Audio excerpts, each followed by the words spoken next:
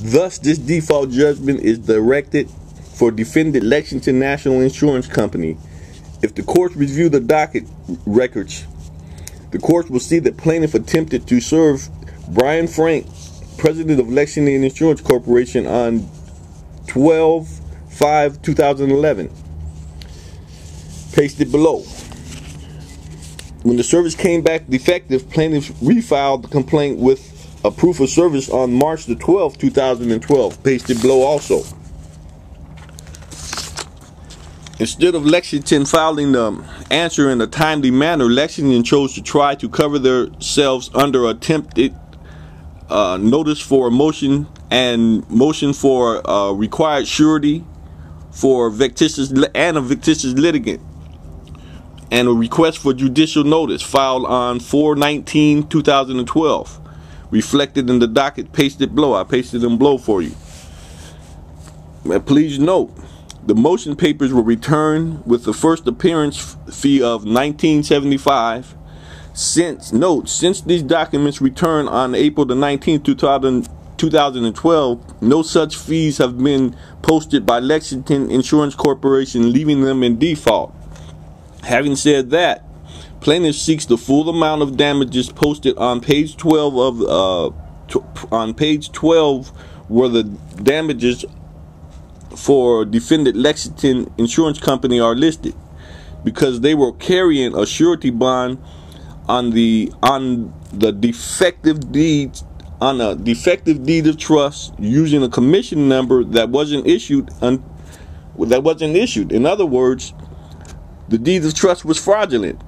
Reminder to the courts: Lexington and Brian Frank Company president were faxed deeds of trust as well as told in phone conversation many times, because I was trying to clear my title by buying a home and obtaining a loan. Plus more, Lexington was also told of my expert document examiner's report deeming the deeds of trust that Lexington was holding were recorded outside the Secretary of State guidelines. Plus, the commission number on the deeds supersede the year of the deeds.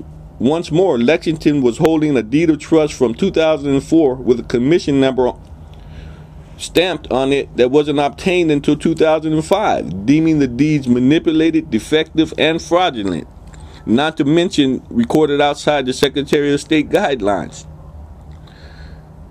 Once the fraud was brought to Lexington's attention, they chose to conspire with the bail bond agent Stephanie Johnson. Thus, Lexington International intentionally neglected to remove the deeds from my title. Please note, the courts have already instructed me to file declaratory relief to remove the fraudulent deeds from the County Hall of Records. Quote, "A upstanding company should distance themselves from such fraudulent activity and remove the deeds themselves, hence a conspiracy to commit. If Lexington was attempting to request a judicial notice, it was defective and returned just like the deed should have been. Thus, plaintiff is seeking the full amount listed on page 12 of the complaint under damages. Reads as follows: loss of property equity, emotional distress, stress, tort, punitive, compensatory, loss of real estate property deals, forced bankruptcy, and negative mortgage credit scores.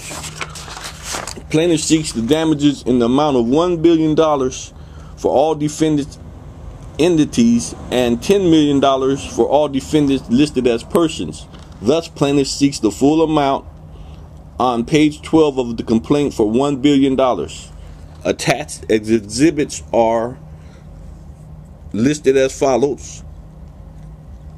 In closing, with the signature and of the penalty of perjury.